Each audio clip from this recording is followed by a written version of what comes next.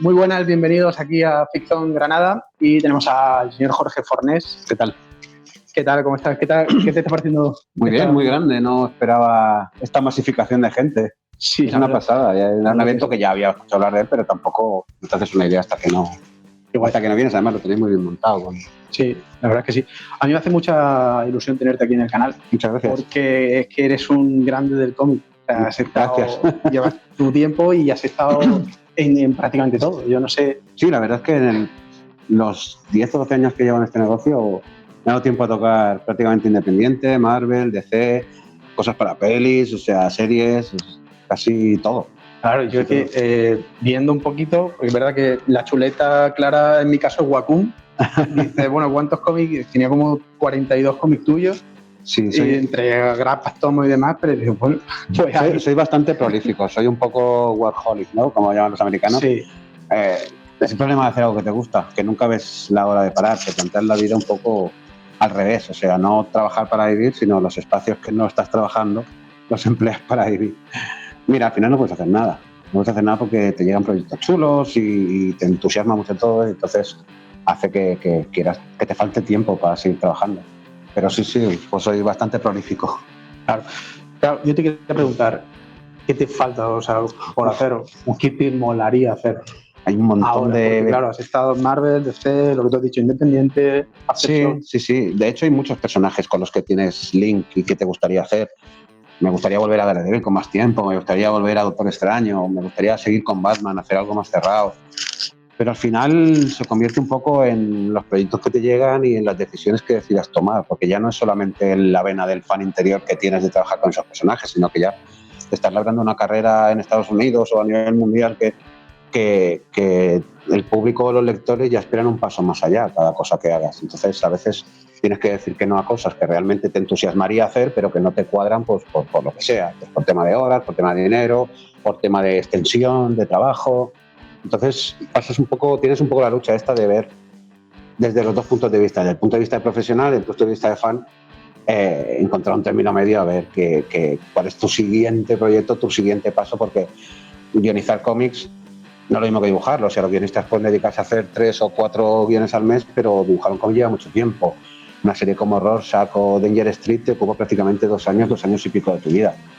Entonces, tienes que pensártelo bien antes de saber en qué movida te vas a meter después de haber acabado una. Claro, ahí también llama la atención porque muchas veces se piensa que se dedica más tiempo únicamente a lo mejor en el cómic europeo, pero has mencionado ahora mismo Rorschach, que al final es mercado americano, y has comentado que también implica...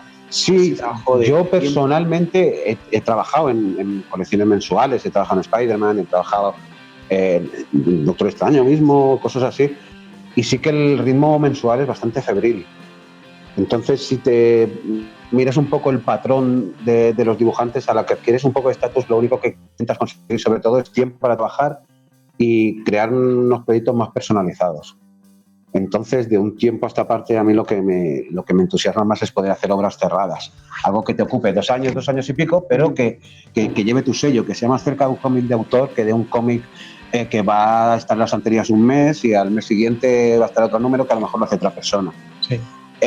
Así que intento un poco huir del cómic mensual y de la vorágine esta de comprar y luego que dura la lectura a lo mejor 10 minutos. Sí, la verdad, y yo creo que todo está tendiendo un poco a esa mecánica del tomo autoconclusivo, de la novela gráfica, como también se... Ten en cuenta que con la llegada del cómic americano a las librerías, el formato de librería no es el de grapa. Antes los cómics mensuales se podían vender en kioscos, en tiendas especializadas, pero descubrieron con el formato novela gráfica, con el formato recopilatorio, ahora que ha venido todo el tema de las películas y tal, de que había todo un sector de público que no conocía el cómic mensual y que le resultaba más fácil ir a la librería o ir a las grandes superficies, sobre todo en Estados Unidos, con Walmart y estas cadenas de supermercados, que les resulta mucho más fácil tener el tomo en la estantería y que el lector ocasional o la persona que pasó por ahí.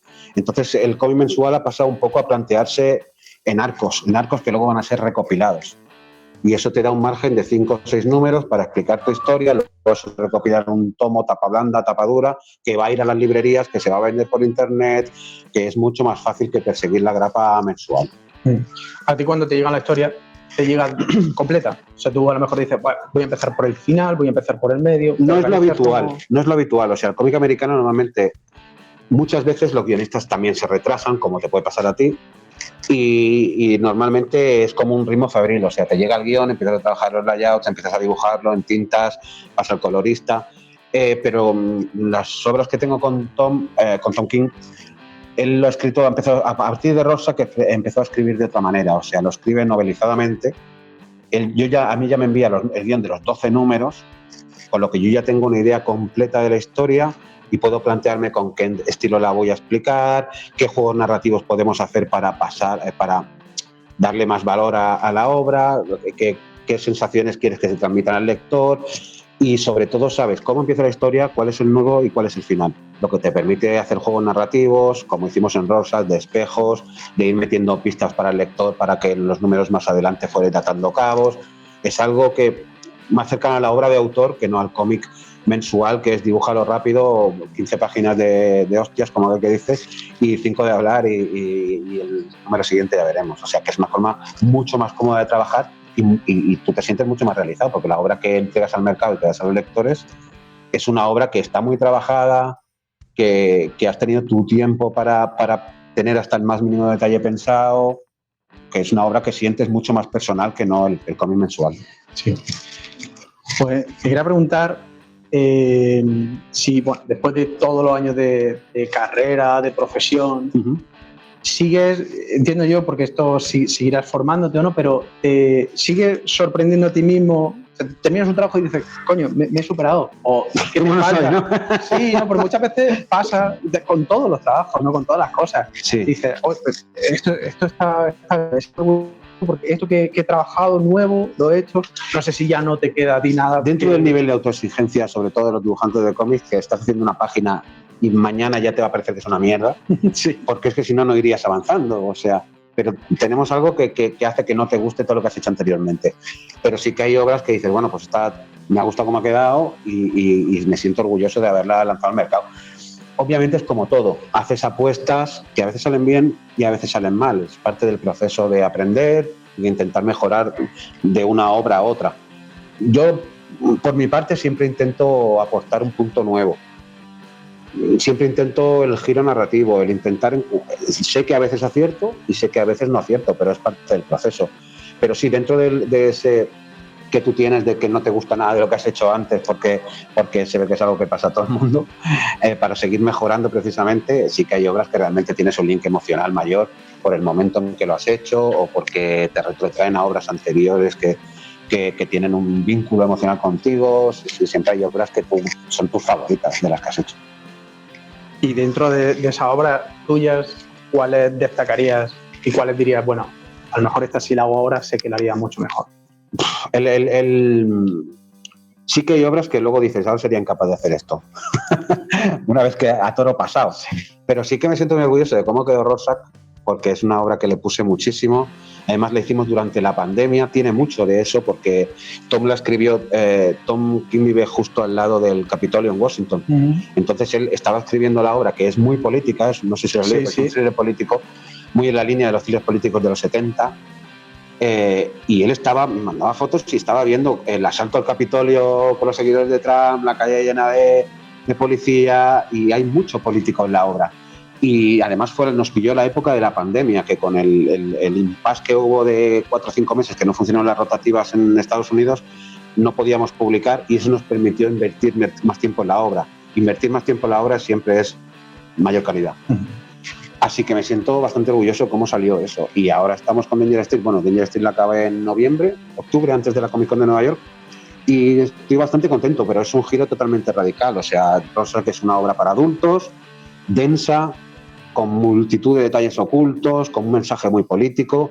Y en cambio Danger Street es una obra que está escrita como si fuera una serie de televisión, que tú no necesitas saber nada de estos personajes, que puedes coger la obra de principio a fin y es una obra redonda, donde te llega más como si estuvieras viendo una serie de HBO o de Netflix o de lo que sea, que no la otra, que es algo mucho más denso para un público más adulto. O sea, no es para un lector neófito de cómics. Un lector neófito de cómics podría cogerlos y no se enterará mucho del tema, sí, o le parecerá aburrida. En cambio, Danger Street yo creo que es para todos los públicos. Y el reto ha sido dibujar adolescentes, que tengo 8 adolescentes en la historia, y eso te lleva de cabeza porque es muy difícil que te queden entre enanos cabezones o personas adultas de una estatura menor, ¿sabes? Sí, pues mira, también te quería preguntar que ahora es un tema que está muy de moda y muy en plena actualidad, que es el tema de la inteligencia artificial. Ajá. Y todo esto que ha salido, pues son capaces de generar cómic, arte y tal. ¿Qué opinión tienes de ello? Si la ves como algo que en el futuro puede ser una ayuda o como un enemigo, no sé. El futuro podría ser útil siempre y cuando estuviera regulado. El problema de la inteligencia artificial es que coge el trabajo de todo el mundo, un trabajo que es propiedad de sus creadores, y la usa para hacer algo que no es nuevo, sino que es un refrito de todo lo que ha adquirido en la web, para que algunas personas que precisamente no pueden hacer eso, las utilicen sin pagar derechos a los que han concebido esa obra. Eso, mi opinión es que necesita ser regulado urgentemente, y yo tengo mucha confianza en los lectores. O sea, yo creo que ellos no van a ir a buscar una obra que saben que no tiene alma detrás, que saben que no hay una persona que ha tomado unas decisiones narrativas y estilísticas sobre esa obra, sino que es una generación automática de los múltiples inputs que puedes encontrar en Internet. Yo, igual que o sea, yo no sé tú, pero yo no iría a ver una peli de Tarantino que ha hecho una IA, cuando tengo la opción de ir a ver una peli de Tarantino que ha hecho Tarantino. Totalmente. Precisamente porque Tarantino toma unas decisiones en la historia, narrativamente, estéticamente, que son decisión únicamente de él, porque nadie está en la cabeza de Tarantino más que Tarantino. Y ver una copia, un pastiche hecho por Internet, por una máquina, que lo que ha hecho ha sido coger todas las películas, mezclarlas y ponerlas ahí, yo tengo bastante confianza en el criterio de los consumidores de ese tipo de productos. Me puedo equivocar, porque todo el mundo se equivoca, pero espero que entre eso y que acaben regulándolo precisamente porque está usando copyright sin derecho y sin pagar lo que deberían de pagar por copyright o por lo que sea, por usar una obra que ya está concebida, quizá sea útil en el futuro. Útil será para muchas cosas, no lo descarto, pero mi posición ahora es contraria a este rollo de no regulación y le vamos tirando porquería al mercado, porque al final se están aprovechando los que no quieren gastarse el dinero en un ilustrador para hacer la portada del libro número 33 de fantasía heroica. No sé, no me parece algo que tal y como está ahora. Coincido contigo también. Tiene que tener continuidad. Más, yo hablo por mí y por otros compañeros que sé que les pasa. Llega un momento en el que uno empieza en el cómic por el personaje que te mola, pero luego acabas comprando el cómic por quién hay detrás del cómic, por el autor. Claro. Yo no compro viendo quién sale, sino quién lo escribe o quién dibuja. Efectivamente. Y es que es lo principal. A todo el mundo le gusta encontrar la personalidad de los creadores detrás de la obra. Si eso lo quitas de la ecuación, al final lo que te va a quedar es algo vacío, ¿sabes? Meramente estético. Te quería preguntar también, en caso de que hayas tenido o tengas algún bloqueo creativo, ¿cómo lo afrontas? Ese día ya dices, pues hoy no merece la pena. Yo tengo muy en mente la frase que cuando llegue la inspiración que te pide trabajando, y algo que dijo Michael Jordan cuando le preguntaron, que dijo que cuanto más entrenaba, más suerte tenía. Porque al final esto es fruto del trabajo. Sí que hay gente que te provoca mínima versión porque tiene un talento innato, que no necesitan trabajarlo, y yo siempre les he tenido envidia, pero en mi caso viene del trabajo duro y de intentar mejorar a cada proyecto y de intentar encontrar algo bueno en cada cosa que te cae, aunque a priori digas, bueno, esto a lo mejor no tengo mucho vínculo, pero ya le encontraré el giro para hacerlo un poco mío, intentar mejorar y echarle horas. O sea, yo siempre he creído en el trabajo y en que te llegará inspiración o no, pero si no paras de trabajar, seguro que algo sale. Y como, bueno, te dedicas a este mundo, entiendo que amas el cómic. Sí, claro. ¿Te da tiempo a leer cómic? Porque esto es algo que os pasa a todos. Dibujáis, no paráis de dibujar, pero nunca podéis leer cómic. Lo que estoy seguro es que me da tiempo a comprar. Porque tengo en mi casa las pilas cada vez son más grandes.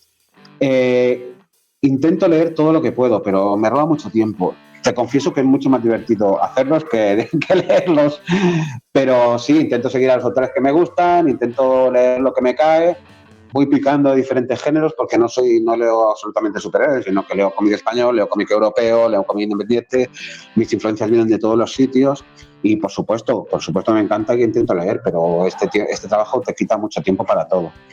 Ya Sí. desterré los videojuegos ya hace tiempo. El cine cuando puedo, y los cómics que me caen, claro que me encanta. Pero pero es que es algo que es común, no te pasa solo a ti, si no, te sirve de consuelo. mis pilas van creciendo alrededor de mi mesa, Sí. pero al final es cierto que si tienes que entregar y el tiempo que tienes es el tiempo que tienes. Y a veces te estás tan metido en la obra que no quieres que te influya nada externo porque no quieres que te cree influencia sobre lo que estás haciendo y a lo mejor decides pues no voy a leer nada estos 2 o 3 meses porque no quiero que, o sea, quiero que la versión que estoy dando sea la mía y no que me influya esta lectura que he tenido, la otra o la otra. Pero sí, ojalá tuviera tiempo de leer más. Y no sé si tienes algunas recomendaciones de estos, no hace falta ni que sean actuales. Oye, si tienes 3 cómics que te hayan marcado así. O que a mí que me hayan marcado durante mi vida, hombre, yo siempre recomiendo la gran época de los 80 en Marvel y DC. Todo lo de Alan Moore, todo de Frank Miller, el Bonaen, con Miller y Mazzucchelli, y luego hay cómic europeo y cómic español que me gusta muchísimo. Ahora que ya he comprado hace poco, pues el último de Manuel Arsenet, que ha editado Norma, que va precisamente sobre la crisis creativa, es como una especie de autobiografía del dibujante. Luego pico a veces de manga, cosas de terror, de Junji Ito. Voy picando un poco de todo, pero es inabarcable. Al final la gente lo que tiene que hacer es decidirse un poco por un género que le guste y sobre todo dejarse sorprender, porque hay cómics que nunca pillarías y luego te sorprenden de lo que te han gustado. Claro, yo te he visto moverte mucho por el género del thriller, el misterio.